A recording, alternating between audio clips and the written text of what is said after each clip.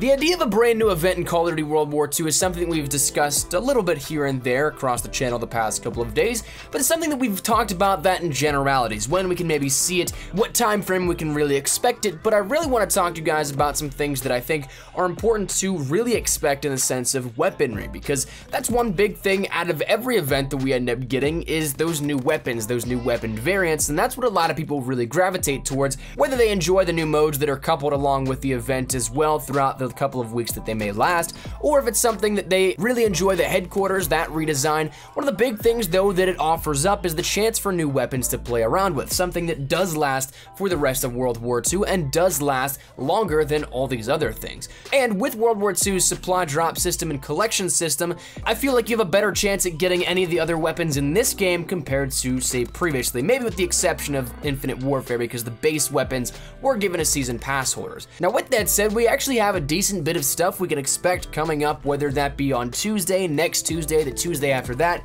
whenever the next event may in fact drop. We already know about a handful of different things here, so I want to talk to you guys about what I think will be coming and what you can expect in terms of those weapons, and then also give you guys some actual footage of stuff that you can definitely expect coming in the next event. So again, starting on the more so end of just speculative, things that would definitely work out for me is that it comes back to that first idea that maybe we see a very early launch of an event coming as early as this Tuesday. That's something that we'd only see a week downtime between Attack of the Undead and July 3rd, that being when this proposed time would jump into another event. Now, there's nothing saying that we will or will not get anything, and if we were to, I would have imagined that we would have gotten a sneak peek yesterday with the blog post that Sledgehammer does for a weekly update for World War II, but that wasn't the case, so I'm not entirely sure if this will happen, but it would be great to see this in sort of some situation of either an event happening or maybe even a weekly or daily weapon drop for both of these. But that said, that's going to be talking about the American variants that we see in Call of Duty World War II. Now, of course, with these variants being American themed, it would be perfect in my mind to drop them for 4th of July, so again, maybe on that refresh, whether it be in an event or not, that's something we may see that happen on July 3rd, and I'd honestly think that's the perfect time to. I can't think of any other better time to drop them other than this, but that being the Independent 2 M1 variant firstly, and that's one that of course you can see in the gameplay in the background is completely donned in that red, white, and blue. It's a clean, very sleek look. The one thing that you guys did bring up in previous videos is why is he saluting with his left hand instead of his right? Your guess is as good as mine. It's just something that I guess with the rifles being on the right hand perspective of that point of view, it frees up that left hand. I don't know exactly, but it is something that I'd love to see this one come. The only thing that I think might be a deterrent for this is that if you take a look at the M2, you end up having the Brave M2 variant drop, but we don't have a heroic variant for that, so I don't know if this was something that was ported off to the M2 instead of now seeing the M1 have it, but regardless, whichever weapon it may be, M1 or M2, I think it's a perfect time to drop that one. Then also coming up maybe once again is that of the American 2 1911 pistol variants. Now both of these of course we've talked about. I love the inspect animation on the 1911 in particular. It's just so awesome to see you spinning those dualies around, but regardless, to me, I think the best time to drop these out of any would be of course July 3rd, July 4th, maybe for that weekly and daily challenge. Then at that point see those refresh if we don't get an event. I'd love to see something for it, but again, as talking about time frames, we'd normally see something teased already by now if we were going to get that, so unless it drops out of nowhere like Attack of the Undead did, we'll see. That is something, having talking to Sledgehammer a little bit, is they enjoyed the idea of keeping it a little secret right up until it dropped, and then it's just a surprise to everybody. But whether or not that's likely to be the case, we have absolutely no idea. I guess time will tell. So those ones are the ones that I think will be coming up soon, whether that be for 4th of July and Independence Day here in the States, or if it's something that just gets dropped a little later with the next event. I guess we'll see, but moving on to the stuff that we can almost guarantee, well, we can guarantee is going to be the next ones because they're brand new DLC weapons.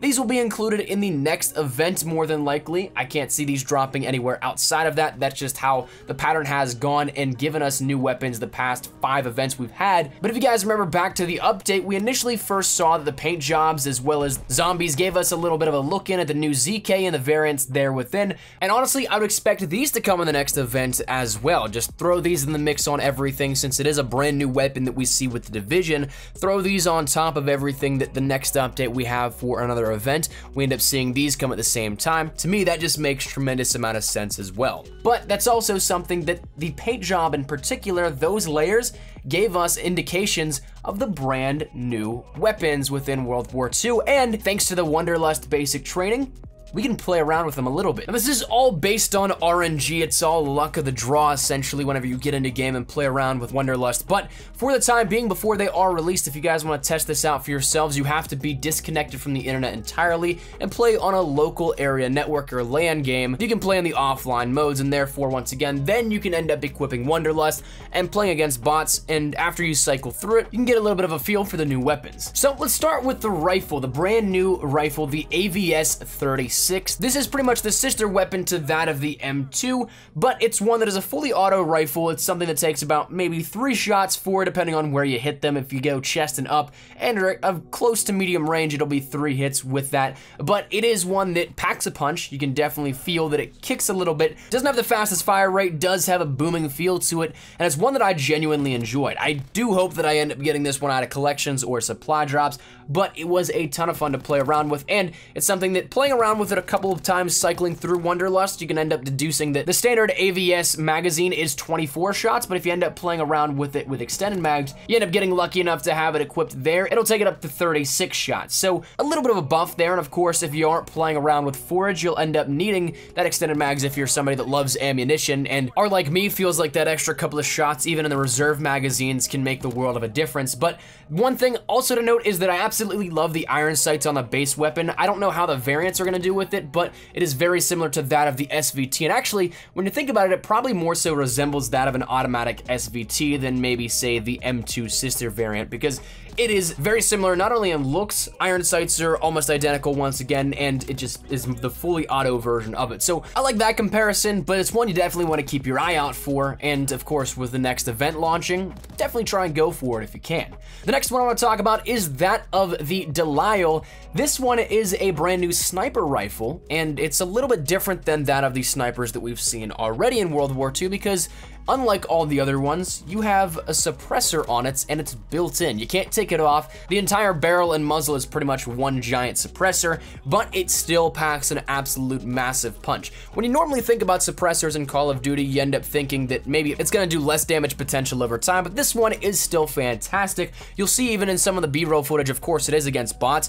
I ended up even picking off a 5-man feed, a collat to a single to a collat, so it is something that it still has that damage potential. You just need to be accurate with it. I think about waist and up as a one-shot. I got a couple of hit markers, but I think they were once again because they were in the leg, but it was something that is a nice weapon. I really enjoyed this one, and of course, being a sniper and being able to be mobile, but also stay off the radar, even if you don't say necessarily have mountain, that's gonna be nice to play around with this as a more stealthy weapon also. But in terms of fun factor, I think this one definitely takes the cake out of the 3 that are available right now in offline modes, because the AVS is of course a very usable weapon. The melee, which we'll get to in just a second, is again not necessarily all that practical. If you're playing against bots, of course it is fun, but if you're going up against a lobby of people that actually know what they're doing, chances are you're not gonna do anywhere near as well as what the gameplay will reflect here that you'll see in a second. But the Delisle is probably that middle ground where it's practical, it's fun, and it's different. So I really enjoy this one, and I think that out of the 3, once they drop with a new event, I think I'm gonna go for this one more so than the others. Of course, the final weapon we're gonna be talking about here today is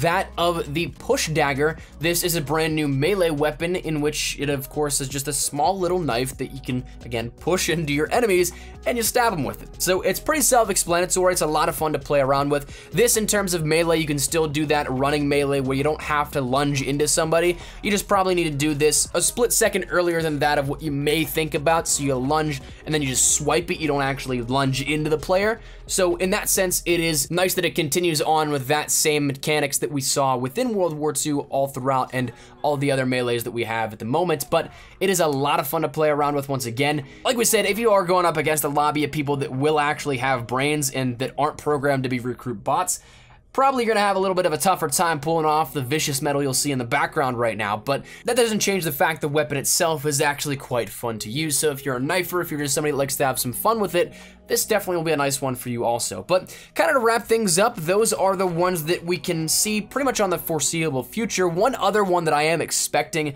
relatively soon is that of the Iron Curtain 2 PPSH variant, just because we're now starting to move into Russia and Soviet occupation. We see a little bit of that within DLC 3 and Stalingrad, so it makes sense in my books to put that variant up with whenever the next content drop is, because it is thematic in that sense, and we don't know what the theme of the next event will be, but even if it's not anything pertaining to the Soviets and the Eastern Front, the timing of such with DLC 3 still could warrant it coming in. That's probably the one that I'm still rooting for the most, but overall the rest of the information pretty much just comes down to, of course, they'll probably be available out of collections and supply drops, with maybe weapon challenges coming in the near future in the Quartermaster, because we've already seen the PTRS, we already saw the Blunderbuss get one this week and the upcoming week, so those are two brand new weapons out of the last event that are now getting attention in the Quartermaster, so it's possible this happens with whatever new weapons drop here in the next event, so that'll be something to see, but that's where we're gonna wrap it up. I want to let you guys know about this because, again, there are always some cool things coming with each new event, but the one thing that I've seen you guys talk about in the comments and over on Twitter and such is that of the new weapons. What are we going to be seeing? Are these the weapons we're going to be getting that have been leaked? And so therefore I just wanted to touch base and cover it here for you guys, so you're in the know, you're in the loop of what things may very well be coming up here in the near future, and again, maybe as early as Tuesday. I guess we'll see if that is the case. I don't know if it is at this point, but we'll see, and I'm definitely looking forward to whatever may be on the horizon. So that said, let me know your thoughts in the comment section down below. Out of these, which is your favorite? Which are you hoping to get your hands on? Is there any in particular you're really wanting? Is there any that you're not necessarily looking forward to? Whatever it may be, let me know your thoughts in the comment section down below. But hopefully you guys enjoyed. If you guys did, make sure you drop a like down below, and of course, if you guys are new to the channel, make sure you guys subscribe so you don't miss a single thing regarding Call of Duty World War II. Updates, events, new weapons, that kind of stuff. We got you covered here on the channel, so if any of that interests you, make sure you hit that subscribe button so you don't miss a single thing. And if you guys want to follow me over on Twitter, that's the best place to get character outside of YouTube. Practically live on Twitter, so if you guys want to strike up a conversation, ask me a question, whatever it may be, link is down there in the description below. And also, if you guys want to follow me over on Instagram, follow my life and pictures, totally cool if you guys are interested in that. That link is as well in the description. But all that said and out of the way, hopefully you guys have a fantastic day. Thank you all so much for watching. My name's been Espresso. I'll see you guys later. Take care, and peace.